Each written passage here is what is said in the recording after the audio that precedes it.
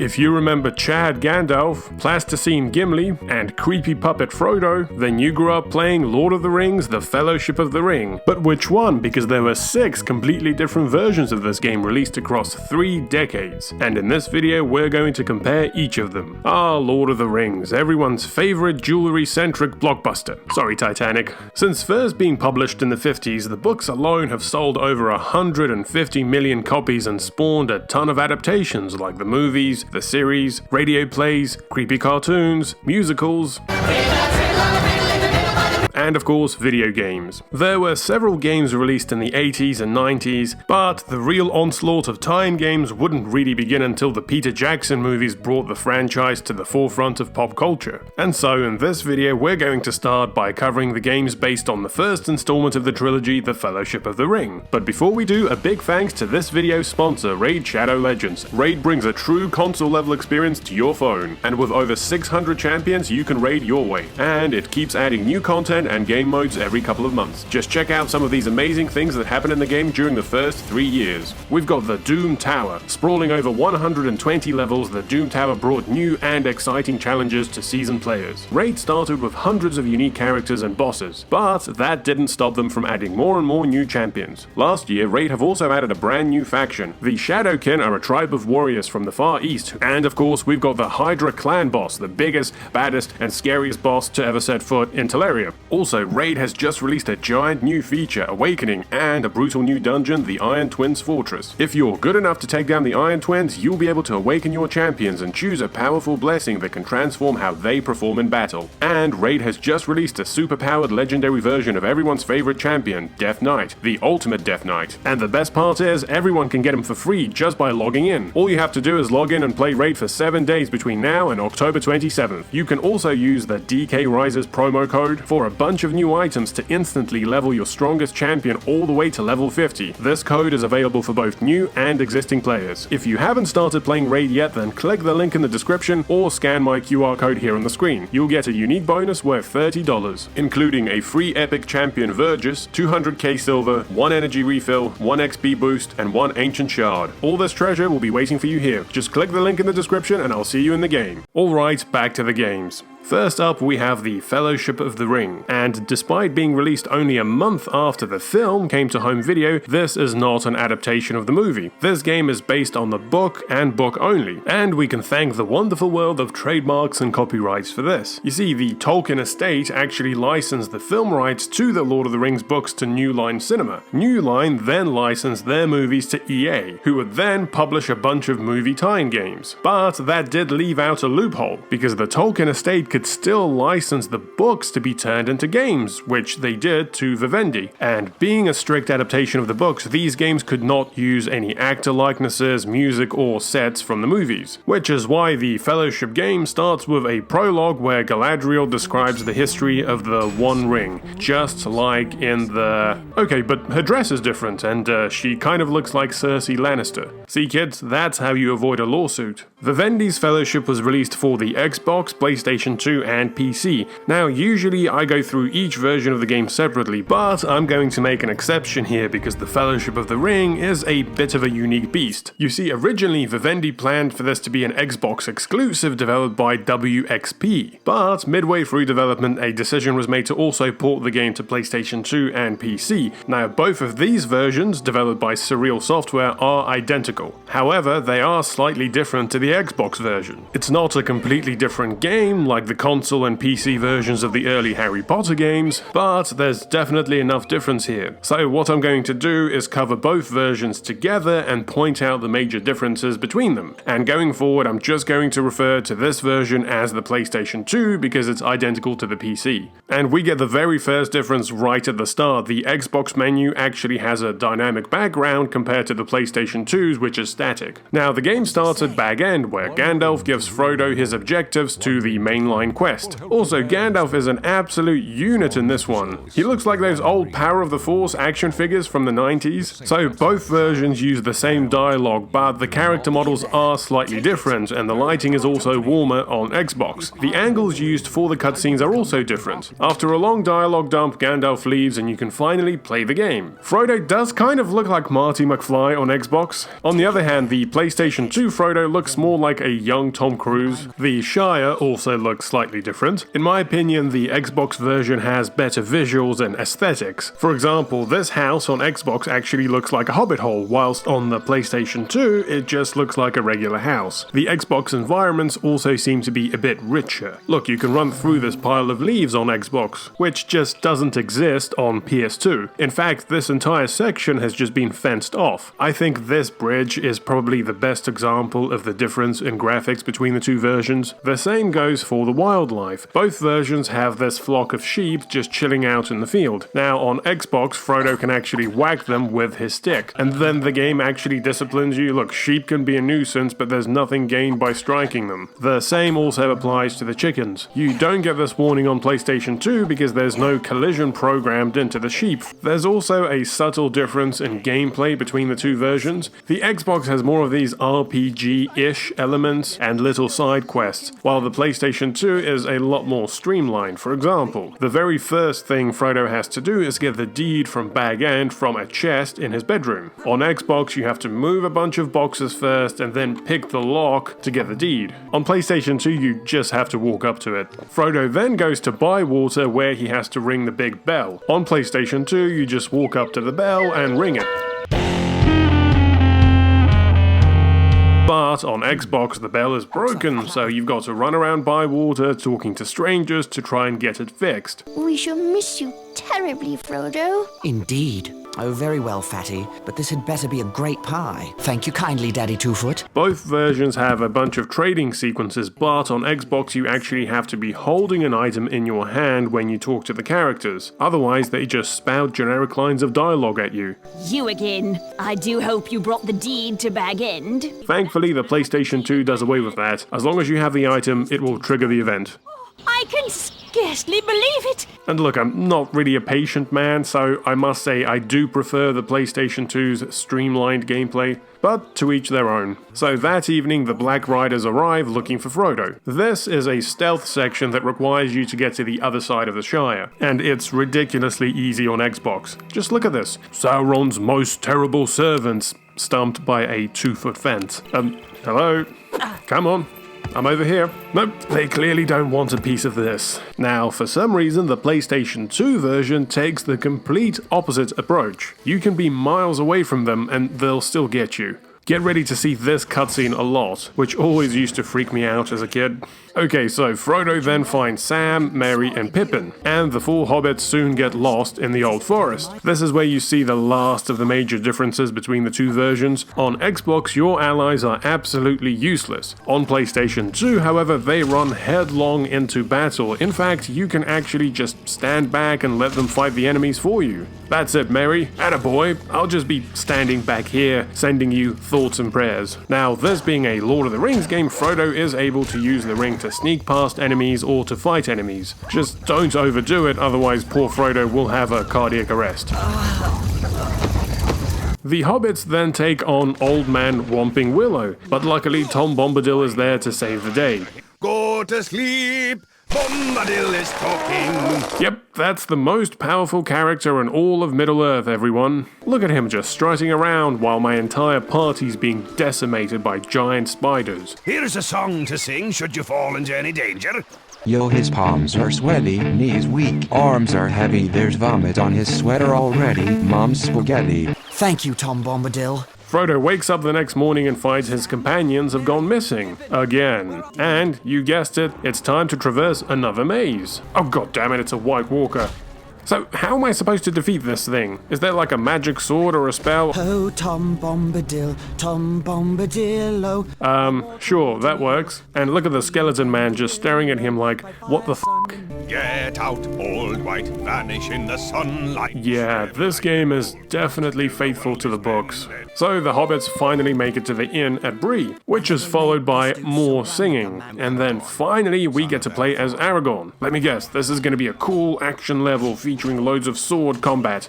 Nope, we've got to search for the missing hobbits. Again. And then look for some melons. Yes, you heard me right. These melons will make fine substitutes for hobbit heads. We then get the scene with the ring wraiths, and they're really pissed at Aragorn for wasting some perfectly good melons. So Aragorn actually takes over the story completely at this point, even doing the voiceover narration. Early the next morning, I led the 4 hobbits safely out of Bree. I was quite hungover that morning, so I let the small hobbits fight the wolves for me. I tried to hit a few of them with my bow, but then I remembered I had awful aim. So you make it to Weathertop, where the Black Riders then come for Frodo. Hobbits, aren't you going to protect your friend? Fine, I'll do it myself. We then meet Jaime Lannister. Fly to the ford, ride on, Norolim. Alright, calm down. And the hobbits are then taken to the safety of Rivendell. The Fellowship of the Ring shall set forth to Mordor. Alright, let's go. Whoops, wrong way.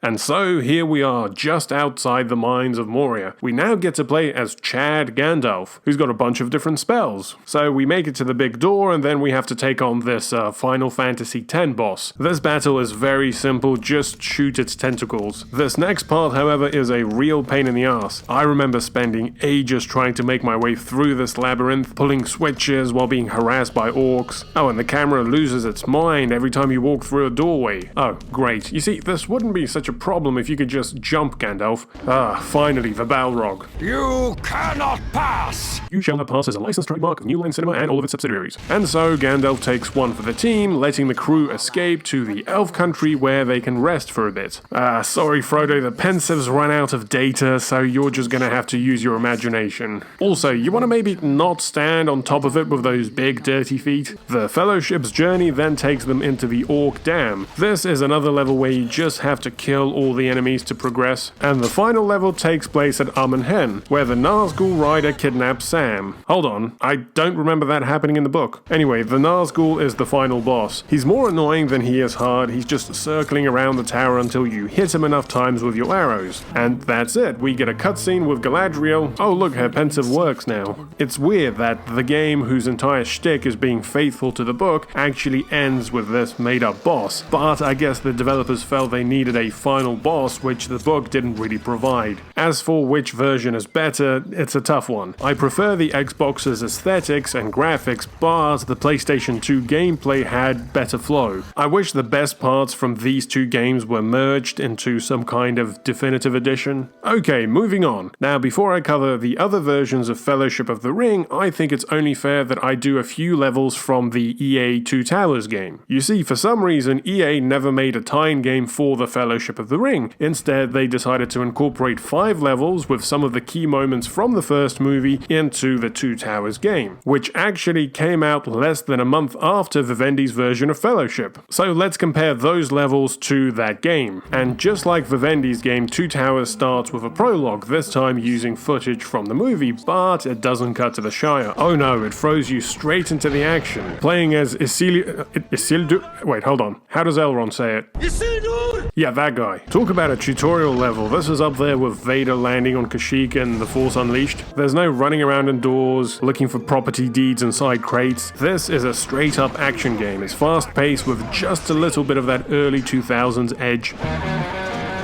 Like, the characters can't even stand still when you put your controller down. They're just edging to go cut down some orcs. It's quite a contrast to the Vivendi game. I've got to weed that garden one last time, Frodo. You know I'm trying to locate a very important metal pin that must have fallen out of my mill wheel.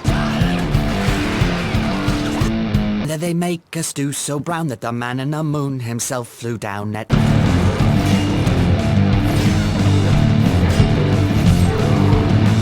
Now, in terms of gameplay, the Two Towers is made up of levels which you can play through as Aragorn, Legolas, or Gimli. You earn skill points which can then be used to purchase upgrades and combos and power-ups. It's a pretty standard hack and slash game, but the gameplay is well executed. The first proper level is the battle at Weathertop. This time around, Frodo is actually up on his feet trying to get away from the ringwraiths instead of just laying there. Now, just like the Vivendi game, there is a level outside Moria, and you can't just dash through this one because eventually you'll encounter a tree bark in the way and you'll have to take on this giant horde of orcs. This level does also end with the lake creature, but this time the battle's a bit more involved. You've got to parry the tentacles, then chop them, then wait for the creature to come up and shoot him with your bow. Next we get inside the mines, and thankfully there are no mazes here, just hordes of goblins for you to take down. Now the game's fixed camera and auto aims means I can just stand here in the corner and take them out with my bow. I have no idea who I'm shooting, but I'm doing great. And then the troll turns up. Alright, stand still while I charge my lightsaber.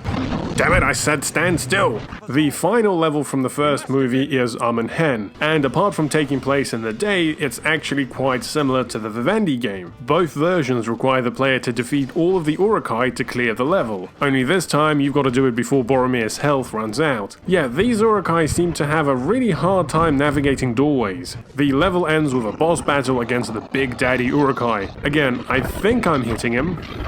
That's right, kick him in the dick, Aragorn. Kick him in the dick for all the free peoples of Middle-earth. I'll cover the rest of the game in the Two Towers video, but as far as tie-in games go, this is regarded as one of the best. Shame the same can't be said about this next game. You see, Vivendi also released a book-only version of Fellowship of the Ring for the Game Boy Advance. There's no foreboding prologue this time. Instead, we fade in on a roast pig, which is kind of a foreshadowing of this game's quality. I mean, things actually start off quite promising. The graphics have a quaint style to them, apart from the nightmare fuel faces. There's a nice little soundtrack, and it's a turn-based RPG. Hey, maybe this will be a hidden gem like the early Harry Potter games for the Game Boy. But you quickly start to realize this could not be further from the truth. You start the game as Frodo and Sam in the Shire, but there aren't any objectives, and the Shire folk aren't much help either. And then before you know it, you're in a turn-based battle against a scarecrow. But I don't have any weapons. All I have is the one ring. Can I chuck it at the scarecrow? No. Turns out we have to find Pippin, and apparently he was having extra 11sies with Mrs. Burrows. Okay, but let's bail before Mr. Burrows catches you. This game is mainly comprised of turn-based combat and fetch quests / trading sequences, and both of them are terrible. The combat is ridiculously slow. Look at this wolf. It slowly runs towards you, bites, then circles back.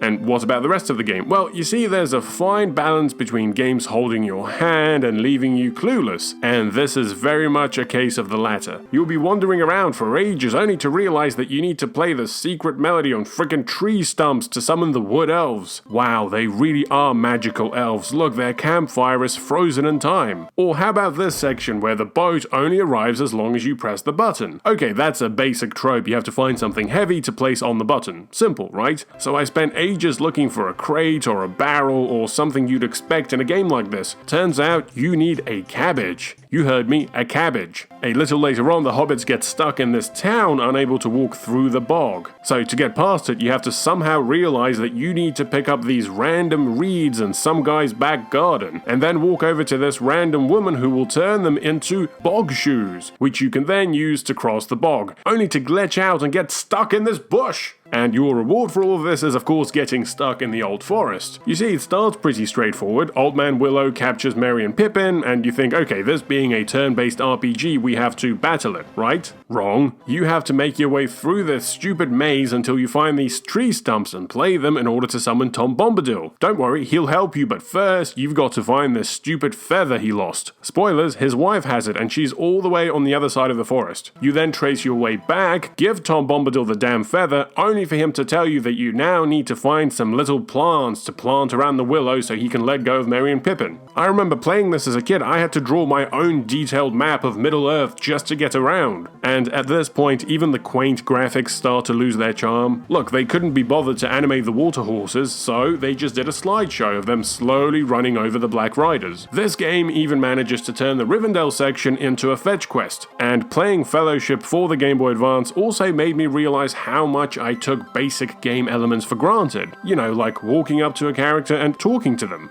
Excuse me, Elf sir, I kind of need to talk to you to progress through the game, so do you mind? I must say though, I've never played an RPG with 8 playable characters in a single battle. This is bordering on RTS territory. And yes, each one of them will take their time to slowly walk up to the enemy before attacking. Yeah, I really can't find anything redeemable about this game. It starts off bad, but then just gets worse as it goes along, finally culminating in this god-awful Mines of Moria maze. I won't waste everyone's time going through it, but rest assured, it makes the Old Forest look like World 1 Level 1. Okay, before we wrap things up, as I mentioned at the start, there were a few retro games that I think deserve a mention. We'll do this chronologically. So released in 1984 for the ZX Spectrum, the Commodore 64, the Apple II, the BBC Micro, and a bunch of other computers I wasn't alive for yet, we have The Fellowship of the Ring, a software adventure. So this is a text-based adventure. Okay, let's see, who do I want to play as? Aragorn. You are Frodo. Alright. Okay, so they're all sitting down. Get up. Okay, so far so good. Walk. I don't know the word walk. What do you mean? This whole series is about walking. Take the ring to Mordor. I don't know the word Mordor. Next! Released in 1990, we have Lord of the Rings Volume 1, developed by Interplay Games. Okay, as far as start screens are concerned, this is the best one. Now, some versions of this game use footage from that creepy cartoon, but I prefer this one with the wacky hand-drawn art. Sometimes Frodo looks like a member of the Beatles, and sometimes he looks like an elderly woman. Aragorn looks like Ron Jeremy, and Legolas looks like a young Axl Rose. This is another turn-based RPG, so you go around in a top-down view slowly building up your party, and unlike the Game Boy game, every member of the Fellowship is shown in the overworld. Boys, I don't think we're all gonna fit in this bedroom. Look, at one point even the horse joins the party. That's right, you don't ride it, it just walks with you. Oh, and when you lose, you go to hell. So there was also a game called Lord of the Rings Volume 1, released in 1994 from the same developer, only this time for the Super Nintendo. So naturally, this is a completely different game. There's no artwork or cutscenes this time, just pages and pages of text. Look, Interplay, maybe if you tried to fit more than 9 words on a page, this wouldn't take so long. Most of the gameplay just consists of you walking around forests and caves, and for some reason these character sprites are really tiny, even for a Super Nintendo game. This game is pretty hardcore. When you kill an enemy, they don't just disappear, they turn into a skeleton and then crumble into ashes. And like many games of this era, it uses a password system, the longest password system I have ever seen. There are entire websites dedicated to building the right password, and you better like this flute melody because you're going to spend hours listening to it while you try to assemble the password. Oh, and the password will also glitch for the entire Mines of Moria section at the end, which means you'll have to do this huge maze in a single sitting, and you better not die. And so, there we have it, every version of the Fellowship of the Ring game. Wow, this is the first time a series took me back 4 decades. And look, the retro games are interesting to look back on. The Game Boy game is painful, but for me, the 6th generation console games are the ones that really stand out. Just covering the Vivendi game with all of its subtle differences and changes between the versions would have been fascinating enough, but then you get the Electronic Arts game coming out at almost the same time with its own take on the Fellowship of the Ring. I can't think of any other instance where 2 games based on the same source material were released by 2 completely different publishers only weeks apart, and I would be really interested to hear from you guys about this. Do you prefer the Xbox or PlayStation 2 version of Fellowship? Is the Vivendi game better than EA's Two Towers? And did anyone actually make it to the end of the Game Boy game? Please let me know in the comments, and stay tuned for the second part where we cover the Two Towers games. As always, thanks for watching. Please remember to like, subscribe, hit the bell, and follow me on Twitter. See you next time.